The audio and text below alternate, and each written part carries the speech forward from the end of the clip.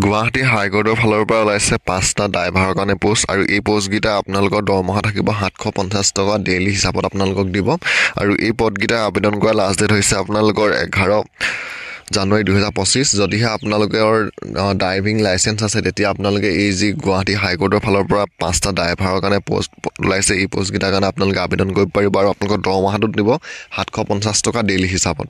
আৰু লাষ্ট ডেটটো হৈছে আপোনালোকৰ 11 জানুৱাৰী 2025 লৈকে আবেদন কৰিব পাৰিব টোটেল পদ আপোনালোকক 5টা ওলাইছে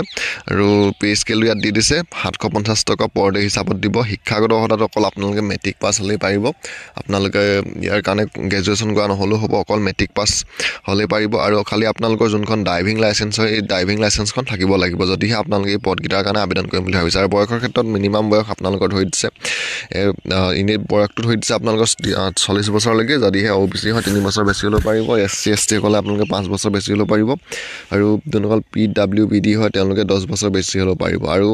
ইয়াৰ কাৰণে এপ্লাই কৰিবলৈ হ'লে খালি আপোনালোকক এটা ধৰি দিছে যে আপোনালোকৰ যোনখন এমপ্লয়মেন্ট এক্সচেঞ্জ ৰেজিষ্ট্ৰেচন সাৰ্টিফিকেট সেইখন আপোনালোকৰ থাকিব লাগিব অৰ্থাৎ আপোনালোকে এক্সচেঞ্জত আপোনাৰ যোনটো নাম হয় সেই নামটো ভৰোৱা থাকিব লাগিব যদিহে এপ্লাই কৰিব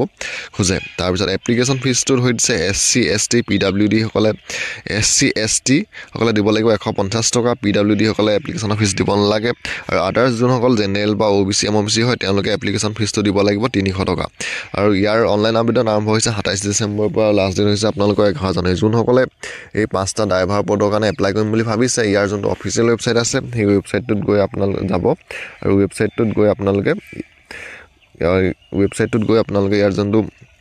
নিউ ৰেজিষ্ট্ৰেচন আছে নিউ ৰেজিষ্ট্ৰেচনত গৈ আপোনালোকে প্ৰথম ৰেজিষ্ট্ৰেচনটো কৰি ল'ব আৰু ৰেজিষ্ট্ৰেচনটো কৰি হোৱাৰ পিছত আপোনালোকে লগ ইন কৰি এই 5টা ড্ৰাইভাৰ পদৰ কাৰণে অনলাইনত আবেদন কৰিব পাৰিব